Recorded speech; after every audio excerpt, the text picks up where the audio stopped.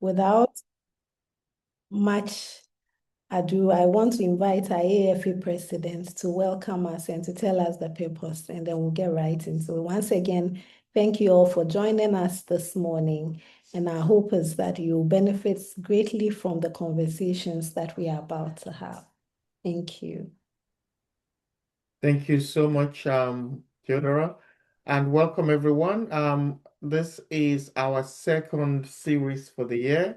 If you're familiar with this, it's an opportunity for us to interact with scholars in our community. And today we are lucky to have three very fantastic academics with us who would share their journey, in the profession. Um, but I just wanted to thank you for joining. My name is Yinka Moses, and I'm the current president of the African Accounting and Finance Association. If this is your first time connecting with us, the AAFA is a Pan-African body of accounting and finance experts, and our goal is to continue to push thought leadership in the continent. And we do that through events like this, but most importantly, by making sure that there is connection across African accounting scholars. One big event we will talk about later is our annual conference, which holds every year, and this year we will be in Johannesburg. But I would leave that for later, but it's an opportunity to know about us. So thank you for joining us, and I'll pass it back to Theodora. Thank you so much, Prof. Yinka. If you are just joining us, like we said, this is the AAFA conference series, and this is our second event for the year. This morning, we're very privileged to have three very distinguished academics who are going to be just having conversations about how their journey trajectories have looked like over the years. And then hopefully we all get a chance to learn and interact to make the journey of academics in Africa and the diaspora better. They will take time to introduce themselves, and I know we've all read a little bit about them, so I'm not going to do a full read about them, but I'll just mention their names and which universities they are affiliated with, and then I'll give them a chance to share their stories when it's time. So our first panelist is Dr. Lulama Boyce. And Dr. Lulama Boyce is a senior lecturer in the Department of Commercial Accounting, School of Accounting at the University of Johannesburg in South Africa.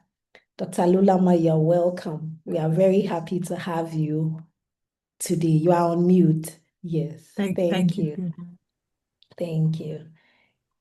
Our second panelist this morning is Dr. Dimu Ihalai. Dr. Dimu, I hope I got your last name right. He's a senior lecturer in accounting at the School of Accountancy, Economics and Finance of Marseille Business School in New Zealand. Thank you so much, Dr. Dimu, for joining us this morning. We're grateful to have you. Thanks very much, Theodore.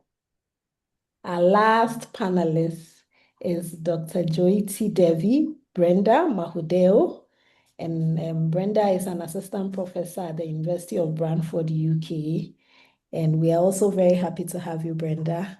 We know that the conversations will be very enriching this morning. Thank you for joining. Thank you, Theodora. Thank you. So now that we have our panelists, would dive right into it. And I would just go around and ask the panelists to share how their academic journeys have been and a few things that in their early career days they needed to understand to be able to help their stories. So I'll start from Dr. Lulama. Thank you, Theodora. Good morning, everybody. I'm really pleased to be here today and to share a little bit about my story. As introduced, I am now Dr. Lulama Boyce, and I mention the now because I'm fresh out of the box in terms of holding a doctorate, which was conferred in November, and my graduation is coming up in May. I'm still getting used to the idea of being called doctor and what that means. And having been in academia for almost 15 years, joined University of Johannesburg in 2011. When I left corporate, my idea was I want to teach. And that's what I understood academia to be. And I did that for about 6 years with a little bit of a window into some administration as deputy head of department, as subject head in some areas. But really, all I thought academics was about was teaching. Shortly thereafter, about 6, 7 years in, I became head of department of commercial accounting.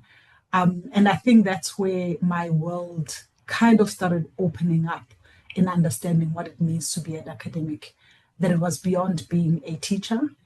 It was beyond just only seeing students, but that you needed to actually be involved in the greater institution in relation to administration, in relation to understanding the policies, and even understanding what it means to be a whole academic. I think the pivotal part for me in that was becoming HOD that opened many doors, and I would say physically, in relation to sitting in committee meetings where in most times I'd be the only one referred to as Miss or Mrs. And everybody else was a professor or a doctor. And you can imagine how you feel when you sit in those meetings and you wonder, oh, there's something wrong here. Why am I still a Miss or a Mrs.? And even if I speak and I say what I need to say, is it really being considered in weight in relation to what my title was? I think being an HOD then helped me just understand the institution one, but understand the broader idea of academia in the circles that I was sitting in. I was lucky enough to have some professors that would keep asking, Rulama, when are you registering? When are you registering? It was a constant. And for me, I also felt that I could not lead and expect other people to be registering for PhDs when I myself remained a Miss or a Mrs. And I think that really what drove me towards registering for my PhD. Suffice to say, you could say that's all history, but it's really formed me to be the person that I am. I continue using some of the knowledge I gained in my term. So I was a HOD for 6 years. That knowledge I still carry with me. And some of those doors and experience and understanding continue to drive the trajectory that I'm in. I feel like this year I'm in a new phase as a doctor. I kind of feel like I'm in grade 1 all over again. What does it mean to be a doctor? What does it mean to be a researcher? And playing in a new field beyond being an academic administrator and beyond being a teacher. So yeah, I think my career has been enriched by being in academic administration. And it's really making me a much better academic and researcher going forward. What I didn't say was that I'm a mother of 3 kids. I've got twins who are turning 17 this year. So effectively, they've ever only known me as a student the whole time studying. And my last born, even worse, who is 10, she just only knows me to be studying a PhD for most of her little life of understanding. And so that on its own, juggling everything that I've mentioned together with being a parent, a wife, and running a household has really taken a lot to get me to where I am at the moment. So yes, the bio doesn't say it all, but I hope I've captured it in the few minutes. Yes, you have. I think there are a lot of stories in between that we'll probe into as we move on. Thank you. Dr. Dimo, want Ah, to listen to yeah. the story as well? Thanks, Deidre. I started my career several years back in University of Jos in Nigeria. So I went back straight as a graduate assistant after I graduated, and I did my master's. And like many, I would say Nigerian young academics, I was looking for opportunities to do PhD overseas, and the usual stories, you apply to many schools, American, British schools. I got several admissions, but they would now say, oh, you should bring, I don't know how many £1,000 at the time. So, and I, obviously I couldn't finance it myself. So That means you applied for the limited scholarships, but didn't get those opportunities. But we kept on believing and you just kept on applying. And one day I had at one of our departmental meetings, this was at Department of Accounting, University of Jos then, that, oh, there are these World Bank consultants that are coming from New Zealand and they're doing some work for the World Bank in Nigeria involving mining, the mining industry.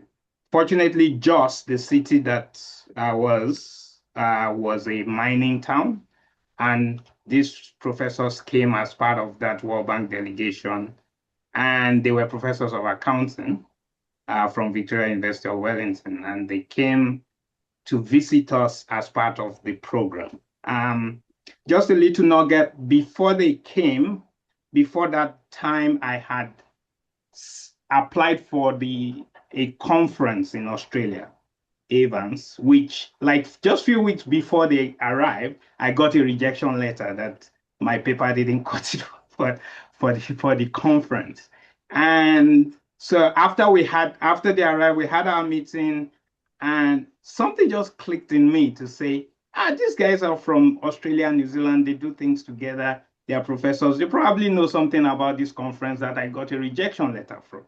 It was from that discussion, it was that rejection that helped me to start a conversation with these strangers in a way. And then we started the conversation. Then they said, oh, that conference is difficult to get. We recommend this other conference for you. And long story short, for over a year, we started different conversation. I sent them a paper to say, oh, I want to submit to that conference, give me feedback. Then eventually I asked Professor Tony Van Zyl, one of these consultants, to say, I'm looking for opportunities to do a PhD. Can you supervise me? And I'll be happy to be your research assistant, just to suggest that, look, I would like a scholarship. And they said, okay, apply for scholarship. He recommended me for the scholarship. And I got the opportunity to do my PhD at Victoria University here in New Zealand. And when I finished, I got a job here at Massey University. So that was a very pivotal, conversation that changed the trajectory of my career. And it's been a lot of coming to terms to know how academics work, particularly in the Western world here, very different from my experience back in Nigeria.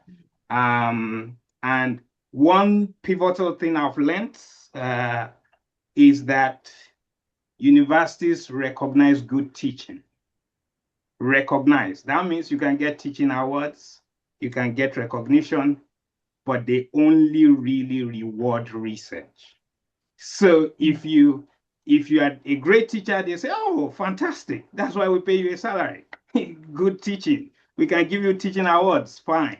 But when you say, oh, but I want to get promoted, I want to be elevated, they say, well, you need to do extra. They reward research. And I learned that from a professor. Actually, I'm saying the exact quote. That's what he told me early on when I started my career here. So yeah, so I think I'll stop there.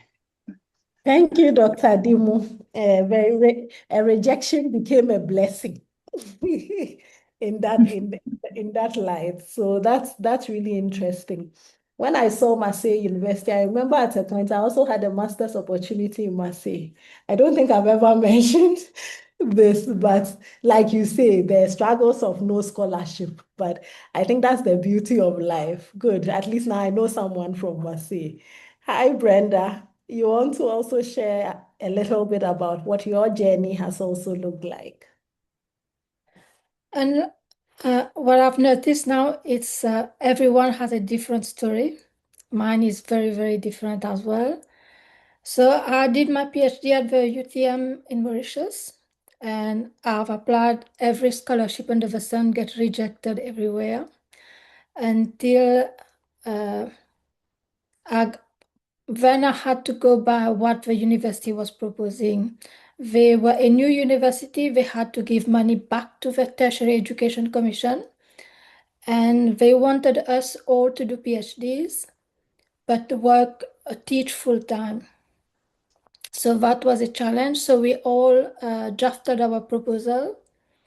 So after 2 years, I was able to get finally a proposal, a decent proposal to submit to my potential supervisors, which obviously I went back to where I studied before because I did my master's, my BSc and master's at the University of Manchester. My BSc was in accounting with information system, my master's in management information system.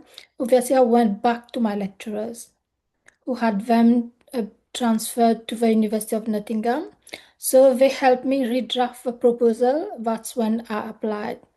The University of Technology's requirement was that they would pay for the supervisor, they would pay for our field trips every year, but the PhD had to be awarded by them.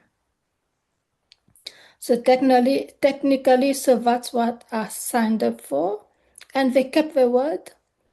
Every year I had an airline ticket to an accommodation paid for a month in the UK. And the years that I didn't manage to come to the UK, my supervisor came to Mauritius. So that was the agreement, and they kept their word. For this, I'm very grateful to the UTM. Oh, on a personal note, I'm not married by choice. So I have plenty of time to do research, and despite this, I'm still struggling. Yeah. Thank you. Thank you so much, Brenda. I think that we get a chance to know all of you a little bit more. I think now let's talk a bit about career progression in that regard. So I want to start with Lulama.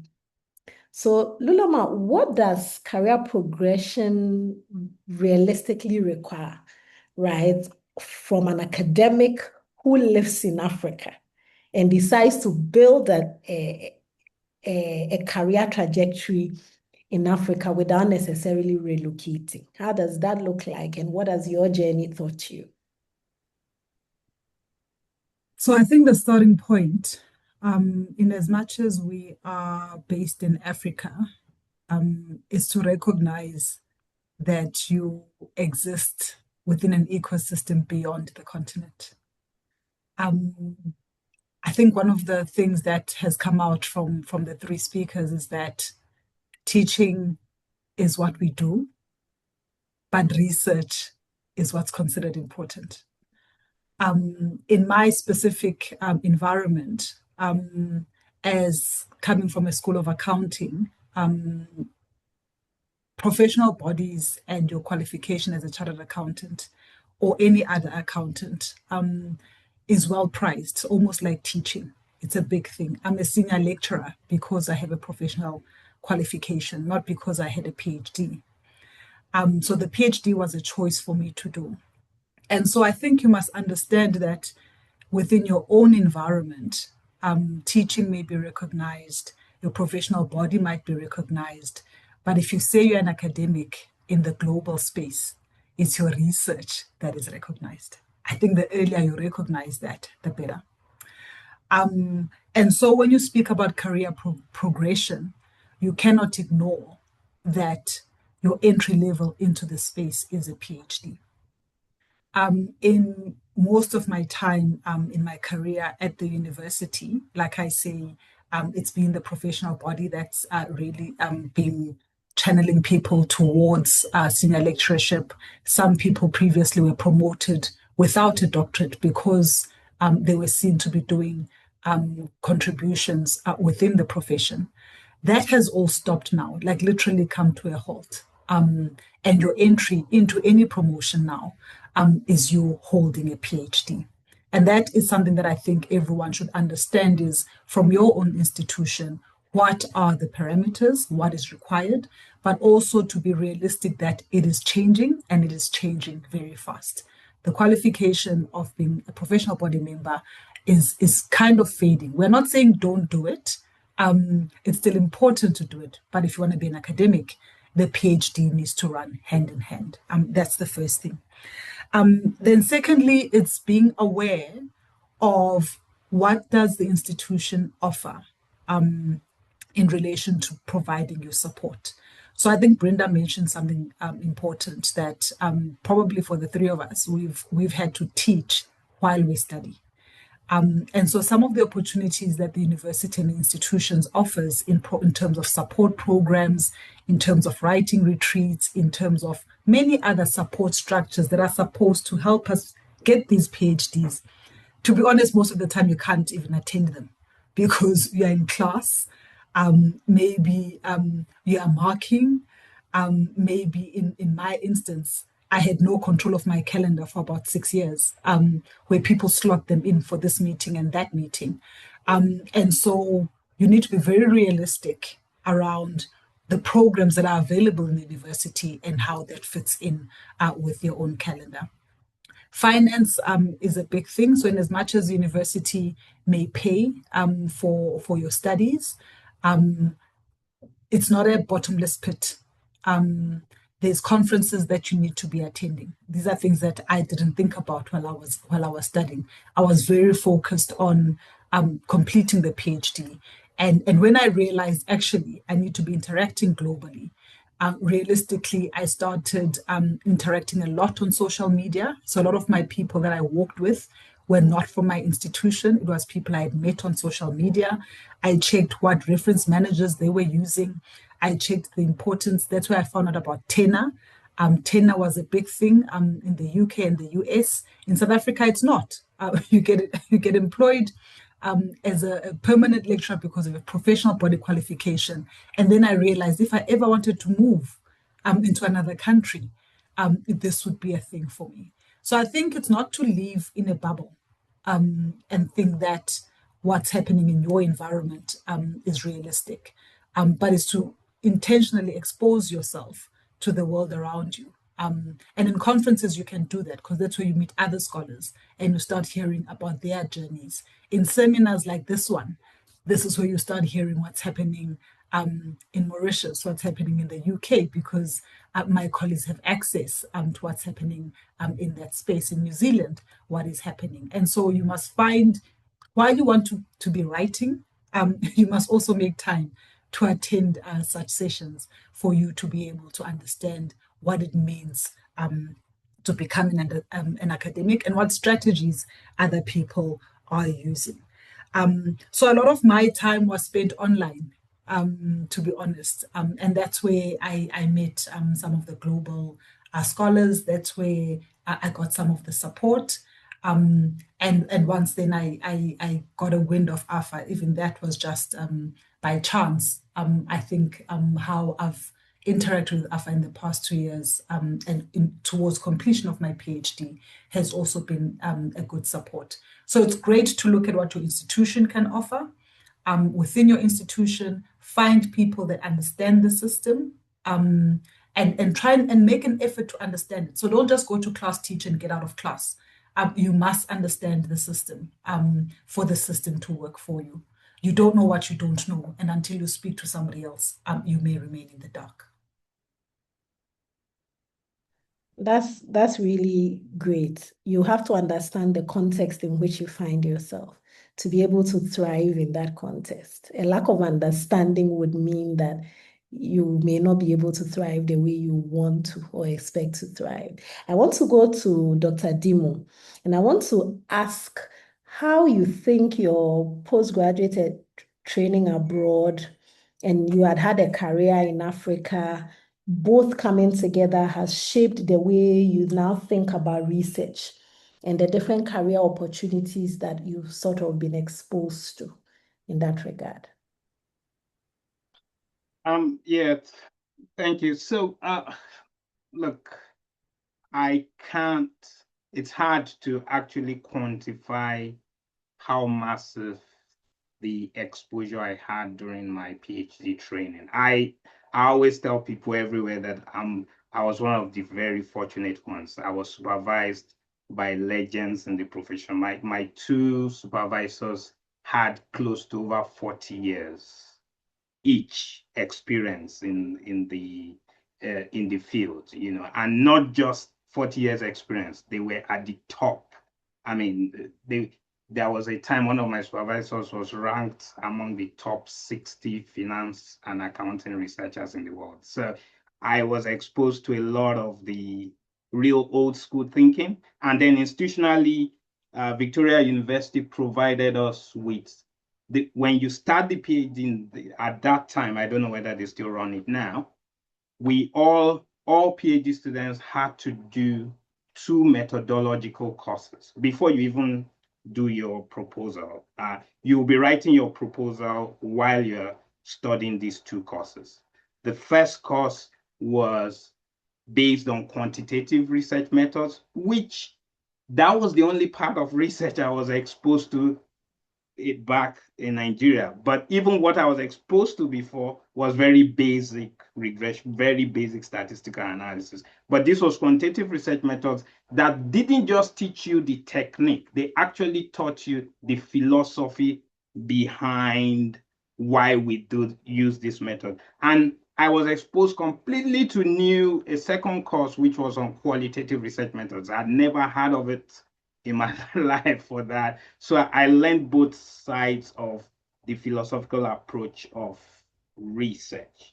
So, and I think that's one thing in most PhD programs that are missing. A lot of PhD students start the PhD and they just go straight into data analysis, using software and stuff. And we don't actually learn the real thinking behind it, behind the issue. So for me, that really helped me learn how to think about research.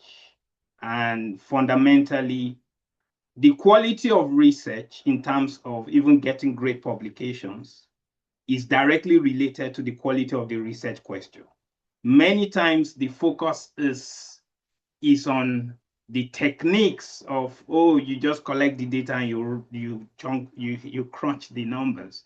But actually, what distinguishes a publication in a very highly ranked journal and a lower ranked journal is really the quality of the research question. And that requires patience, reflection, and thinking.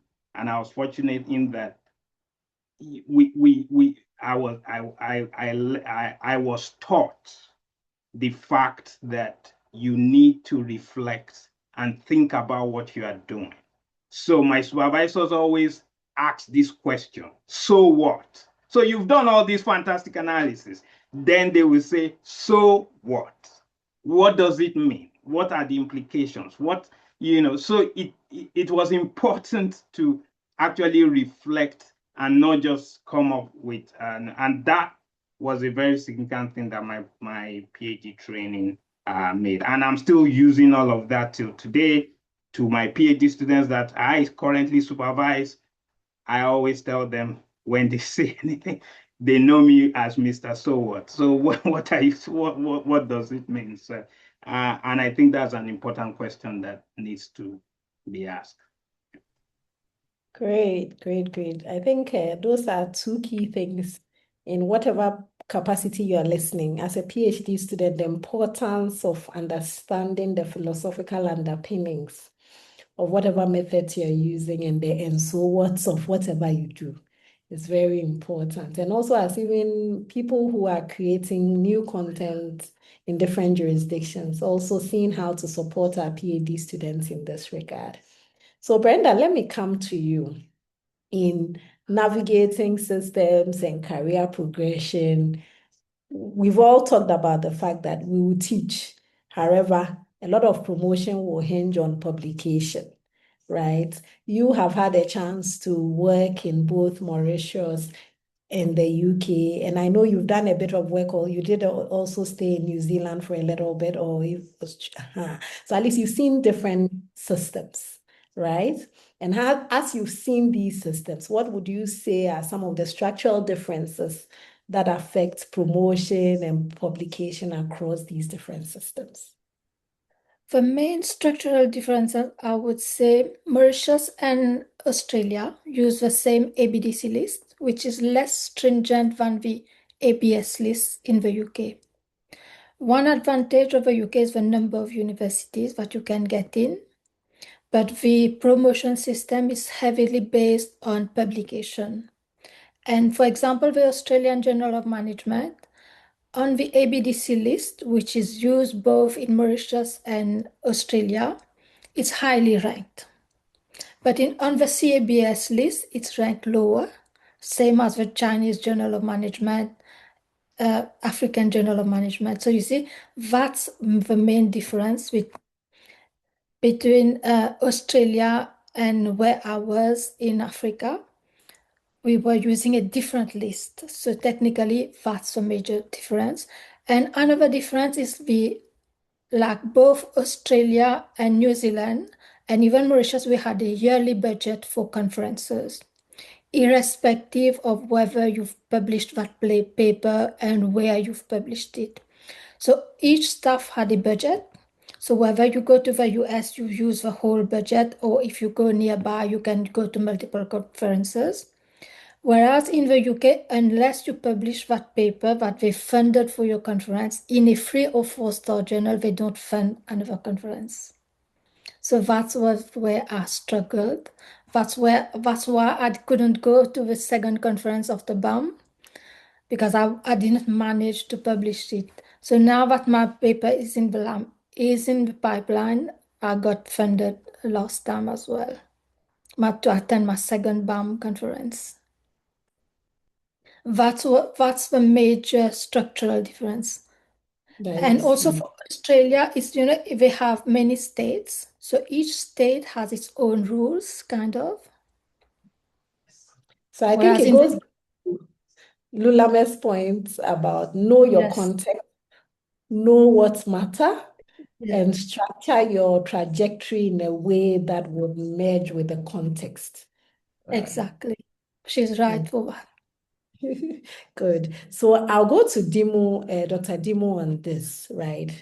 So you just ended with the and so what's question, right? And how you do all this and the question is and so what. So you know that also in the publication arena, there's this whole about the type of journal, just like Brenda ended with. How do you strategically balance publishing in highly ranked international journals and actually producing research that is locally relevant or even relevant to the African continent in that regard? Right. Yeah. So, okay. So one important thing I've come to learn as an academic is that, particularly in the accounting field, is one of those fields where you have to be all things to all men in a way. So you have to, I like the word you use, strategy. You have to be strategic. So from my own personal experience, I do various things, okay? Now, I work in New Zealand. So just like Brenda said, if I want to apply for grants in New Zealand, most of the grants here will not fund African research because the grant is coming from a government department. They want to get return for their money. So I will do some research that are New Zealand based because those are the kind of research that can get me that kind of funding, okay? Secondly, there are some structural limitations with African research and there are opportunities with African research. I'll quickly give just 2 examples. So most of the mainstream quantitative research in accounting, when I say mainstream positivist-based research, are really premised on large data sets, which you will find from the US and maybe to some extent in Europe, okay? You can't get those data sets in Africa. We just don't have it, okay? So that's a limitation. And when you want to write to publish in those sort of top American, top British, top European journals, you need to cite papers that have published, that have used those data sets. So that's an issue. That's not to say it is not possible to publish quantitative data sets from Africa. There is just a structural limitation there. Now, let's come to the opportunities. There are lots of opportunities in African stories too, and I've done research in that space too, that are unique to Africa. And there are many top journals that want those stories because you can't find those stories anywhere else in the world. It's not in the West. The challenge though is most of these stories, they lend towards the methodology, lends towards more of qualitative inquiry. Okay, so Yinka, for example, Yinka and I did a research on extractive resources in Nigeria, for example, and we had to do interview and a lot of document analysis. And we published it in a very good journal because it was a unique story that you can't find that story in the US or, and it was a relevant research question. So what I would just say is you need to try to look at various approaches to get great publications. And also, Africa provides a lot of opportunities to also do research. I think the problem a lot of African scholars have, particularly if you are based in Africa, is you may not be aware that these stories you are just talking to within your local context can be sold to international journals, So, and many times the core research question may be great, but because we may be limited by our methods or by our techniques, we don't even try to approach those international journals, when all we just need was a bit more refining, a bit more adding the current trends in the literature on top of that research question, and you'll get it published in a decent journal. So I do a bit of Africa, I do a bit that are relevant to me here, I do a bit that gets me money. So it's doing a bit of different things. And I think that's actually the best way to get to sort of, if you are just very narrow focused, doing just one thing, is very difficult. It's very difficult because you'll be limited in the number of outputs you can get on a consistent basis. Yeah. Great, thank you. So I want to go to Brenda. With having this mindset in mind, right? How did you, as Brenda, practically shift from just surviving as a new academic, you finished your PhD, into becoming more strategic and intentional about the way you were publishing? I was very lucky because Stephen, I'm not sure if he's on the call, he offered me an opportunity to work with him on a huge funded project. So that was in addition to my PhD. I was doing that project in parallel by choice. So I learned a lot from him, and he helped me publish in good papers. It's like he was pulling the strings from the UK, and I was just following his guidance. I was lucky to be successful in a large grant funding, collecting data for following the implementation of a local corporate governance code. That's where most of our publication came from. So that gave me an opportunity to see how Western scholars view third world countries as well, and how he geared those papers using existing theory. We showed how those Western theories might not or can be added to work in the context of Africa. That's what my take on that. Which, if I had focused only on my PhD, I wouldn't have seen that. So basically, my PhD was just on e-tax, electronic tax, and that was very, very Mauritian based. Whereas Stephen, he gave me the opportunity of publishing and helped me to see how the Mauritian context can be used on an international level. He basically used the existing theories, modified in some ways to in the Mauritian way. That was Great. very, very helpful. I think one thing that has come up I think it came up when Dr. Dimo was talking about his story, and it just also came up as the power of mentorship in this process, right? And we can't underplay that power of some people who have gone ahead of you, showing you the way. And I always tell people that research is really a skill. It's not just knowledge-based. Yes, And it's you just need to have a mentor. And I agree, I've learned as much from Tiven as from my supervisor. They were very yeah, close to me. And some who were not at arm's length, like Ed Freeman, he taught me other things. He gave me an opportunity to sit on the board of Journal of Business Ethics, where I have published. So technically, without Tiven, I would never have been able to publish in those good outlets. yeah. So I think it's one of the key things we all need to look at, mentorship, and how do we mentor the next generation and give them the opportunities we have been given. Oh, great, thank you. Dr. Lulamas, I'm coming to you. So with that same thought process around publication, promotion, we know that in our context, right? You mentioned that you were a woman, you were a mother, at a point you were in leadership, right? How does all these things shape that trajectory? And practically, I always see a lot of women, I don't know whether to say some unusual expectations on themselves, right? How have you managed this over the years and not feeling left behind and whatever in all these years that you have been within this space, especially when we're talking about promotion and publication? If you speak to a lot of women on the continent, it's like a sad spot, right? Because for a lot of them, there's that balance that has to happen, different things, right? So how have you managed to just put all that together, and what, looking back, what would be some of your key lessons that would help us?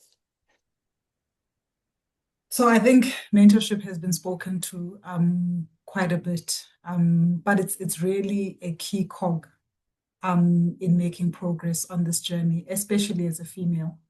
I think in my context, it's also recognizing that we probably can count in the 10 fingers how many senior lecturers, professors in the accounting sector are female. I wouldn't even get to off color. It's unheard of. And so when you look for a mentor, you don't even know where to start. And so you have to be intentional in just the journey. And most of this intentionality starts off by just what can you do before you involve other people. So I was very intentional with that. I got myself a coach, not driven by the university. And this is quite common, literally self-funded, because I needed to do this for myself. I realized nobody else was looking at me from a perspective of push your own journey. Because I was a leader, the expectation was I'm pushing other people's journeys. And so I had to change the mirror to look at me to say, Lulama, what do you need to do? And the coach really helped me in just making this decision of doing the PhD. Practically, there were other mentors, and I won't say they were formal, that came from other disciplines rather than accounting. In the other disciplines, research is a staple. It's expected. In the sciences, we all know they do research. In the social sciences, we know they do. So it's expected. In my fields and where I'm based, it hasn't always been that. We are just stepping into that space. And so having other professors in other fields who explained the journey, who spoke to me about the things that Dr. Dimo is speaking about understanding the philosophical underpinning of why I'm doing something. And Lama, have you tried this? And so YouTube became a thing because I have to self-teach. My program did not have any form of classes. Everything was self-taught. I have to go and find it. And you can imagine that was intentional because nobody else was telling me what to do. And so the journey is quite solitary. And we have to be intentional about finding people to walk the journey with you. So I had She was initially an employee. In COVID, as I was starting my journey, I was speaking about my PhD, and then she said, "Oh, Lulama, that means I need to do one as well." And a year later, she registered for a PhD. She's now Dr. Lebo Matuba. And she's in marketing. I was in accounting. And we used to do hiking to spend 4 or 5 hours talking about research and then sit after the hike to implement what we had spoken about. So she became my accountability partner. When we stopped hiking and life got busy, we had online meetings around Lulama, where are you stuck? Lebo, where are you stuck? WhatsApp was a thing. I'm thinking about this. Does it make sense? Because research process is a research process. The fact that she was in a different field made it easier because she didn't have the boundaries that sometimes I found accountants to have within my environment of pursuing just technical accounting and not necessarily research.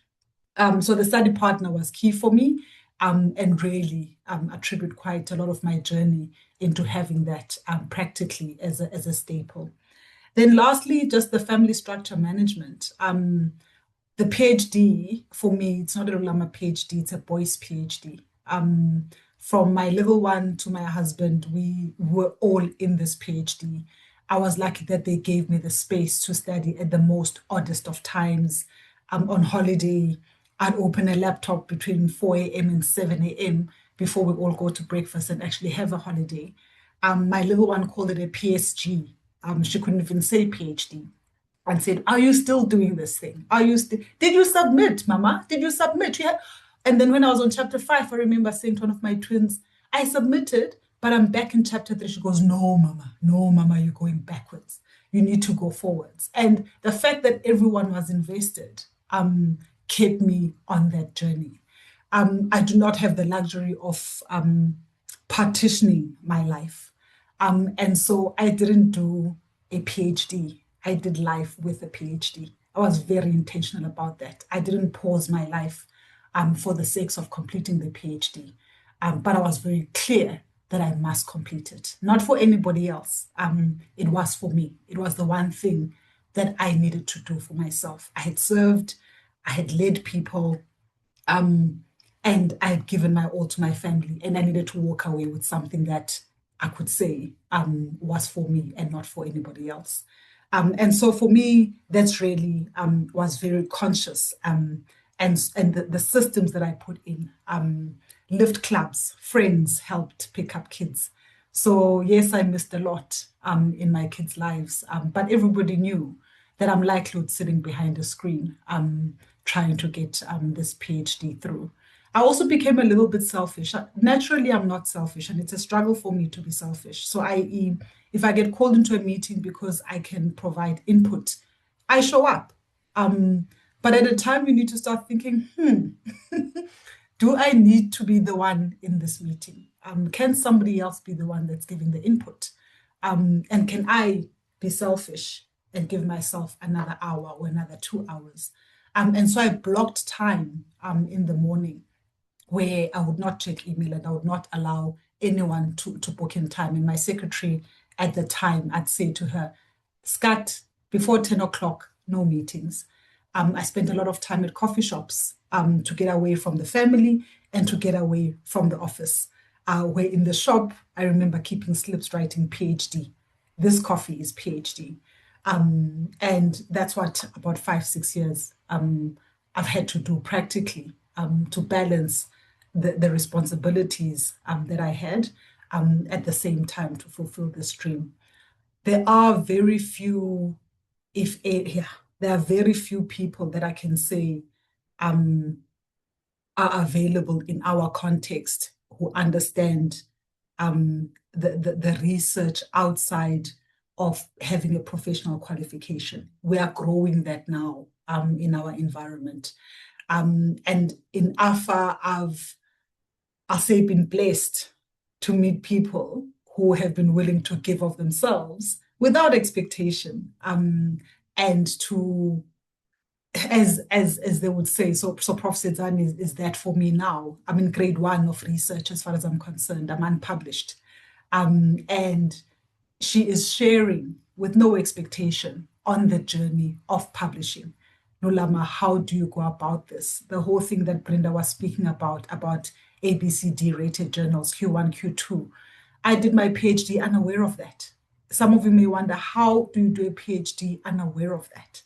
And because of the spaces that I'm in now, I realized, geez, Lulama, you need to pull up your socks and start working towards this. So it's a very different journey, I guess. And I think it's your initial question of what is it like being in Africa versus doing it elsewhere. And being able to get these gems from different people has really been useful.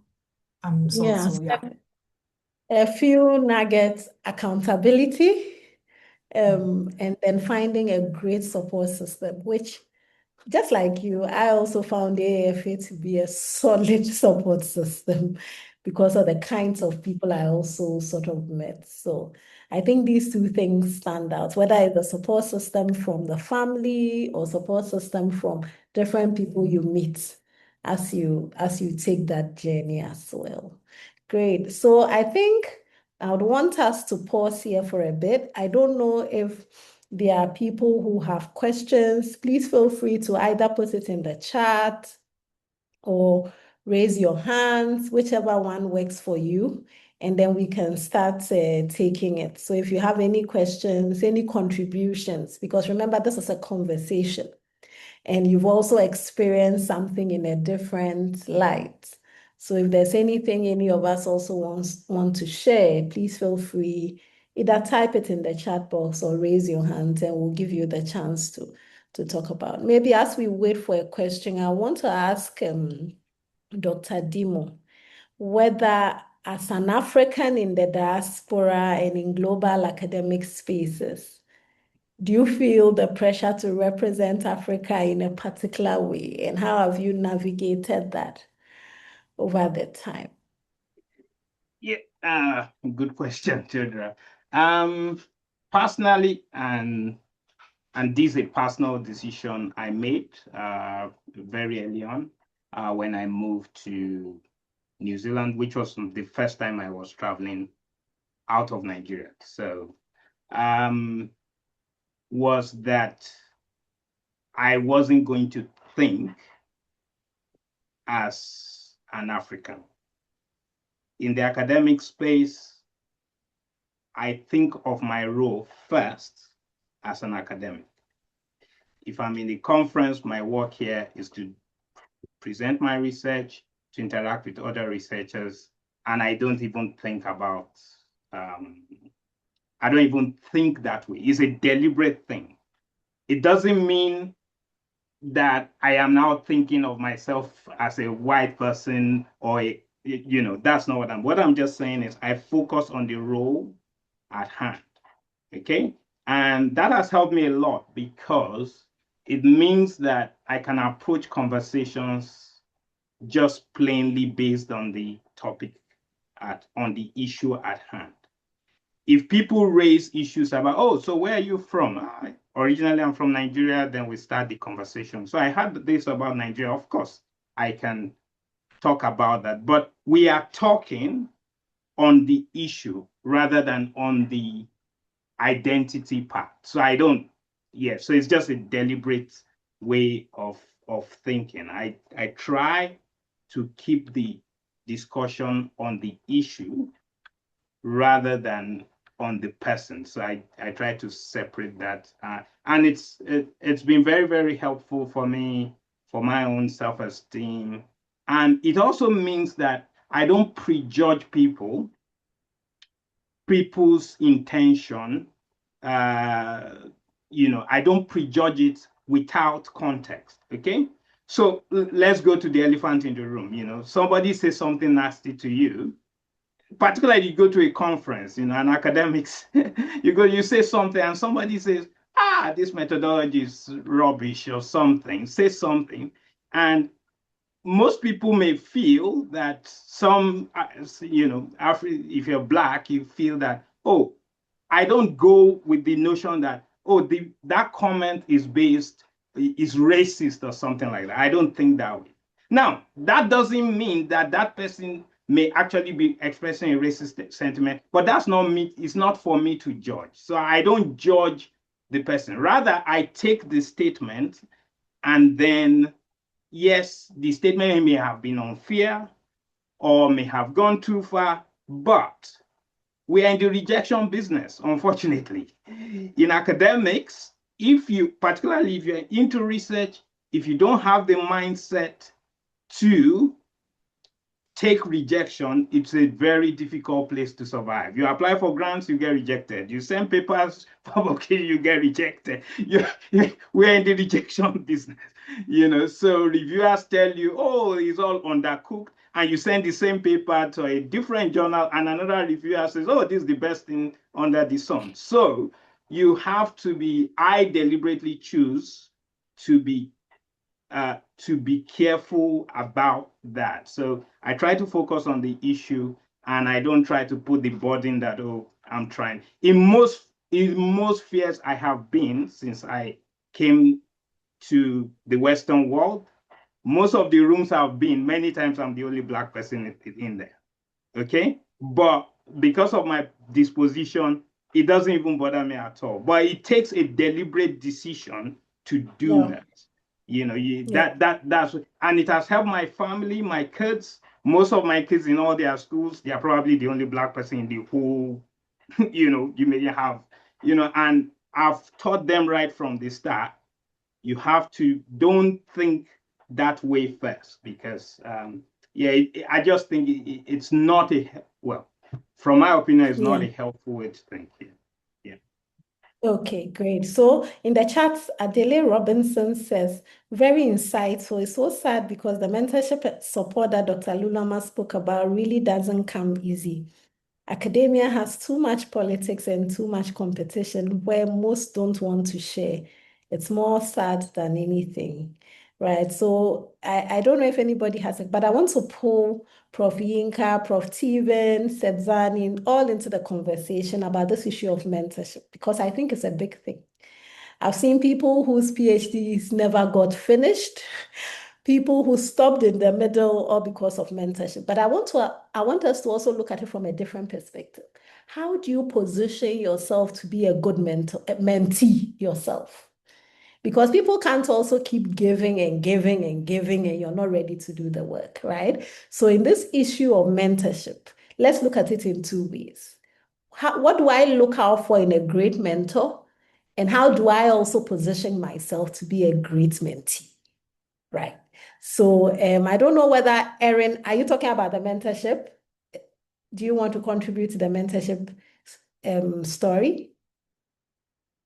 Okay, yeah, Theodore, how are you? Yes, I want to contribute to that. That's fine. Thank you very much for the insightful piece from all the discussants. I actually want to talk about the mentorship and being a mentee as well. So, just like Dimu said, that I did all my degrees in Nigeria, first, second, and third degree. So, and one thing I wanted to say is because most times as a PhD candidate, you don't really get mentorship from who you are looking up to, especially your supervisors. I mean, some of them don't even know the rudiment of research. And I could remember that my first physical conference with AAFA was in 2018, and that was in Senegal. And I could remember that Prof. Collins and what's the name of this prof from I think from University of Sussex, Trevor. Okay, so and they took us through a research journey and how to write research paper. I mean, and that was the first time, and I was doing my PhD. That was the first time I heard of publishing in a Q1, Q2, and top-rated journals. And over time, I've decided to follow their trajectory and order. So what I want to say is advice to maybe PhD students, even early academics, that you don't need to wait for people to mentor you. You look for mentorship yourself. People that will mentor you, and then you read their papers, you read the things they've done, so that you'll be able to you are grounded and all that. So just like the moon said that before, they started PhD, they did research methodology. I could remember too that, when I did my PhD, there was nothing like, a philosophical fair approach to research methods and all that. I have to learn that myself. And, attending conferences, collaborating with other colleagues and all that has also helped me to build, my career in academics. So it's just a word of advice. If mentorship doesn't come, just like Ulama said, you have to go for it.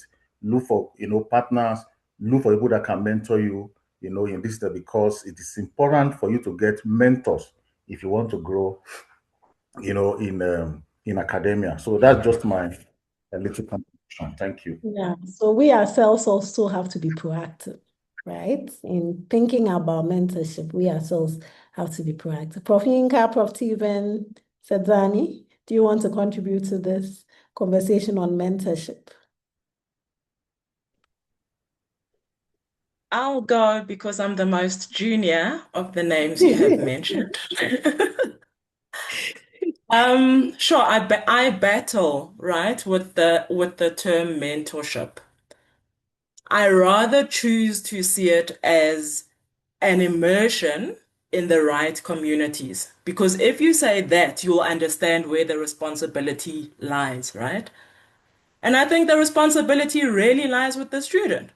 So if you are a PhD student, you need to look for the communities that you need to be in to survive that. When I did my PhD, it was during COVID.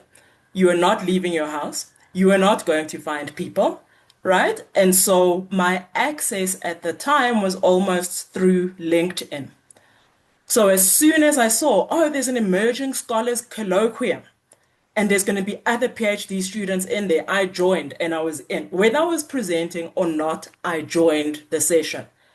And so I think sometimes the question that comes up for me is how do you know, or how have you managed to link up with so many different people on different continents? And I'm like, it was through those initiatives.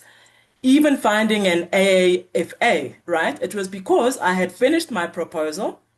My supervisor said to me, there's this network in Africa.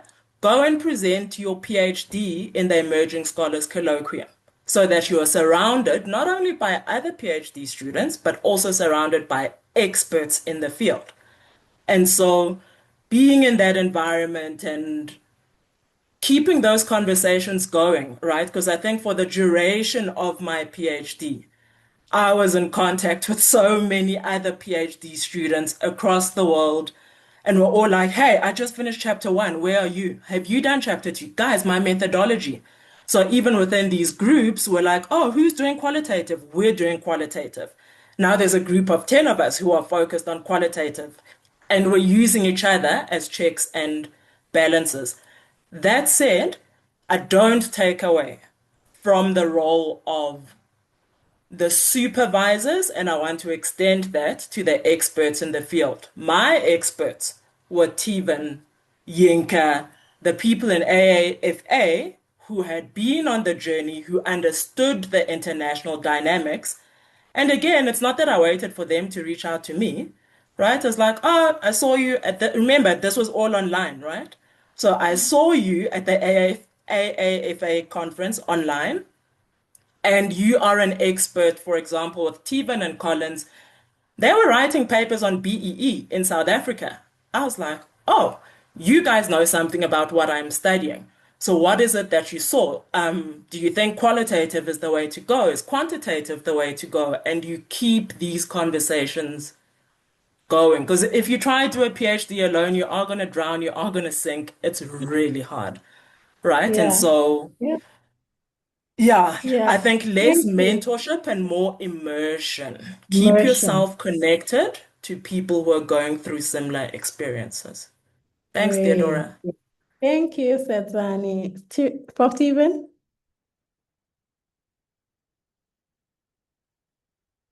You're still okay, great. Hear me? Yes. Yes. Good morning, everyone. Hi, Brinda. I just wanted to say thanks, and thanks for the kind words. I sort of caught it as I was doing something. I very much appreciate. I've learned a lot in the process. It's not it's one way. I think we learn to crack the problem cracked the puzzle at the time, and I still remember that. So sorry, it brought me back years of nostalgia. On the broader point, I was Sedzani, unfortunately or fortunately, is always beating me now to say exactly what I was going to say. It was the idea that I think mentorship needs to be reconfigured or reconceptualized. I think, and this sort of, I think the sort of all-seeing kind of person that can tell you everything. You know, I don't think I've never put my experience I'm putting in my mind is I have many people I have really been inspired with, and from my own journey when I started, pretty much a very clueless person on that at that level, very clueless, and then sort of learning from X, Y, and Z on the way, and that there wasn't one, but you can think of Trevor Hopper, you can think of people like Kevin Holland, who was officially my mentor, but really, I mean, but in a sense, you finding the community. So perhaps I take the point of Sedzani, finding the community. What community do you feel more empowered? What community feels that it's there for you in the good times as well as the bad ones? What community is able to give you that little bit of nudge? Maybe as a student you had a community, doesn't mean the same community continues, of course. It could be now a much more sort of topic thematic, a much more focus on a particular issue. So we have within the accounting world, I think, a very mature communities within AAFA, within the sustainability space, within the more traditional conferences and journals that have their own events, their own sort of So if that's the one that really matters. And when you feel like, so when I started, very quickly when I started, I didn't have one of those communities. I just didn't exist. And then I met people who introduced me to the emerging economies. And the first time I was there was 20 people. There was the Shazad, there was the Trevor Hopper, there was the Matthew Siamini, there was Dan Toure, Vikramasinghe, all these people. And within about 5 minutes, you knew you had found your kind of community. Not that they will writing papers with you, or that not the functionalist mechanistic ideas. Oh, write a paper with me, or that sort of thing. No, it was more that they were listening, they were understanding what you were trying to do. They were very critical, what things you were doing, but they were supportive, taking you along the way. So I think more than mentorship, I think probably the mentor brings you in one of those kind of angles and progresses. But I'm very pleased to again, Theodore, thank you for doing that. It's very nice to see this. I'll stop there. Thank you. Theodore, if I can just jump in. Yes, please. Now, I've got do. nothing to say, but to say I think I completely agree with Olayinka, Sedzani, and Steven. I guess probably I will wear my hat as the AAFA president, and I will say, to me, the beauty of the story I hear is that really our community is providing that support. And for me, that's the greatest thing we do. Honestly, personally, I've been a beneficiary of the same story, and I can just see everybody in the space. And if anybody's, on the call, just there's a question you were raising, Theodore, if I recall, somebody left a message. I think it's really just connecting with the space. Sometimes people will try to also, the only thing I just want to say, people may target a particular person and say, oh, I want to do work with Theodora. And then you try to connect with them, but it doesn't work. But don't take it personal, because we get heaps of emails to my inbox, and sometimes people don't respond. It's not disrespect. It may not just be that that's your team. And don't worry about it, because sometimes it's even good that it's not working, because if you can't gel, if they don't have the time for you, then no point starting something. So just working your way around and building relationship, organically, is for me the best strategy, without really saying one particular person holds the title for, expertise, another doesn't. If you stay long in this business, you're going to figure out that everybody will get into all the journals if they want to. It's the persistence and perseverance will get you there. But it will take time and it will take training. But again, the point is, even if you're looking at working with people, it doesn't have to be a big name. It doesn't have to be one established superstar academic.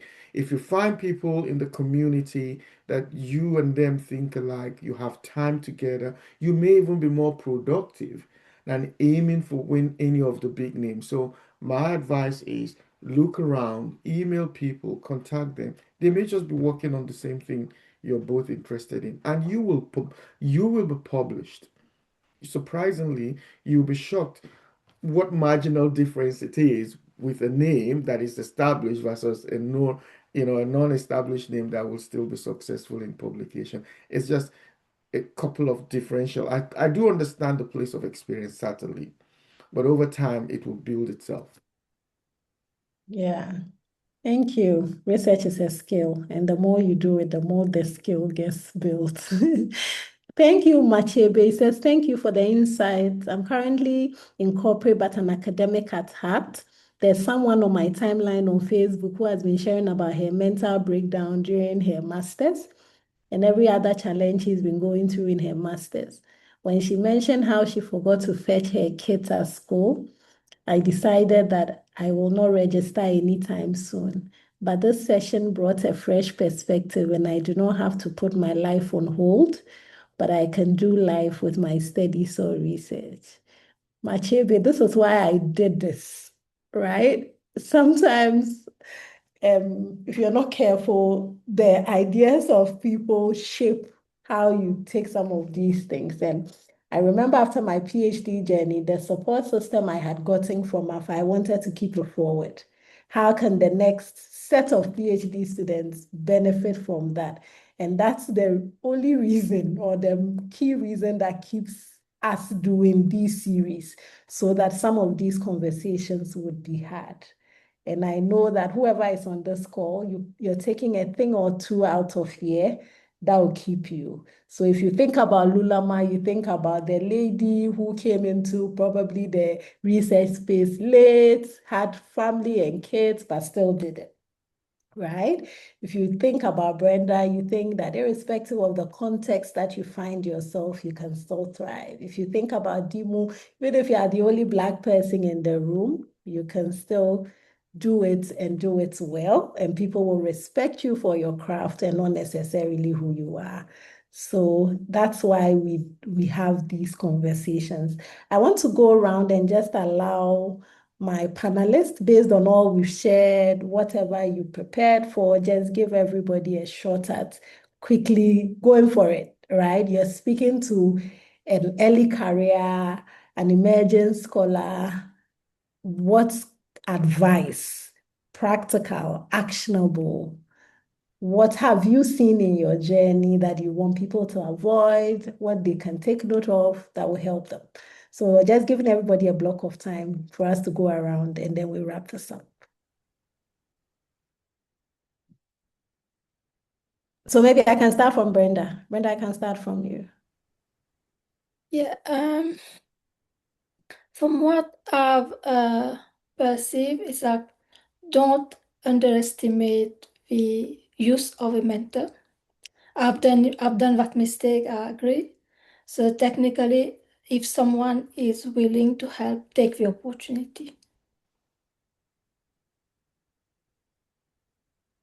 Okay. Dimo, Dr. Dimo? No.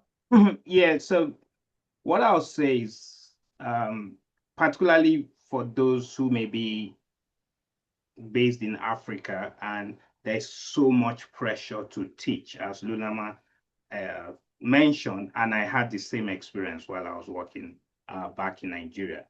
One thing that, just relating it back to my initial story of how I met my supervisors back in Nigeria, it is still important to write, do some research. The methodologies may be poor. You may not know anything, make an effort. Like Theodora said, it was that rejection I got from Evans that started the conversation with my eventual supervisors, So now, when I look back at the things I was writing when I was in Nigeria, I will criticize myself and said, what was I thinking even writing this stuff? But at least I made some effort to write something. So with the limited knowledge you have, it may not be like the fancy ones in the international publications, but make an effort, because it is through that writing that you grow, and it creates opportunities for some small conferences. And now we even have AAFA, where most times AAFA is dedicated, and I know Yinka can speak more to this, to provide room for African scholars to submit their research papers, even if it's just at the developmental level. It doesn't have to be perfect, So, and that for me it's hard, but it is important if you want to grow your career trajectory. Research is just so important in this business that it is, it's and I know the limitations that we have within the African continent, but even within that limitations, it may mean that you don't take on that extra diploma class just to have some time to do some research, to submit somewhere, a conference, a journal, or to start a conversation with a would-be mentor, mentor like we've been talking about. It's just important to start something. So keep writing, start writing and keep writing. Right. Dr. Lilama. Sure.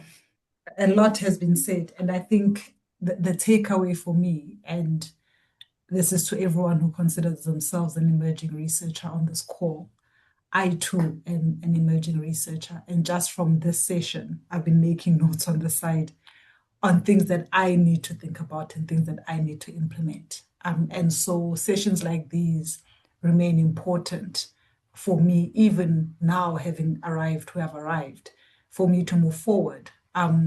This doesn't stop.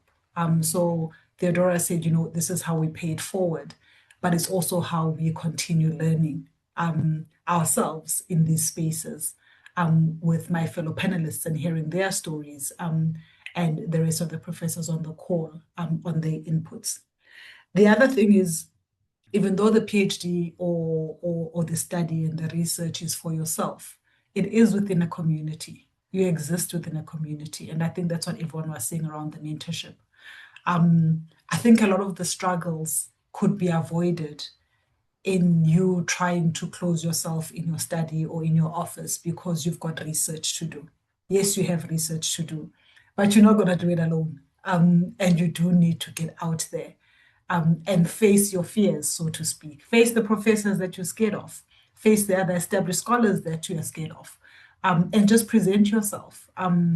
Sometimes I still wonder, what the heck am I even saying? Maybe I should just keep quiet and listen. And that also, too, I call that research. Watching YouTube videos, I call it research.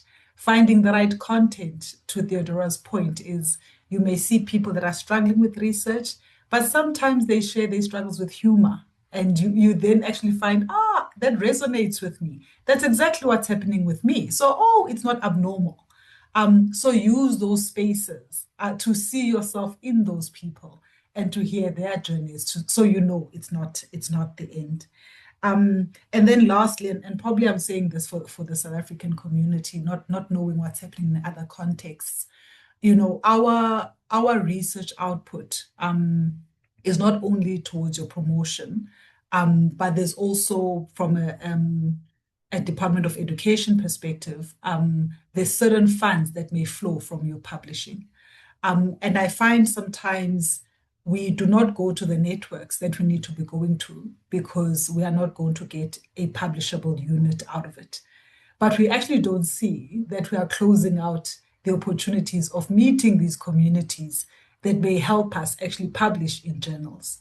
And so attend conferences. And I'm saying this for myself also, not just for the people on the call. My first conference was, I did conferences before 2020, and the communities just didn't click for me. I went there, I could have stood by the wall and vanished. And I got nothing from them, even though I presented. I made no context from those conferences. And so I shied away from conferences for most of my journey because I just felt isolated, even though have 100 of people around me.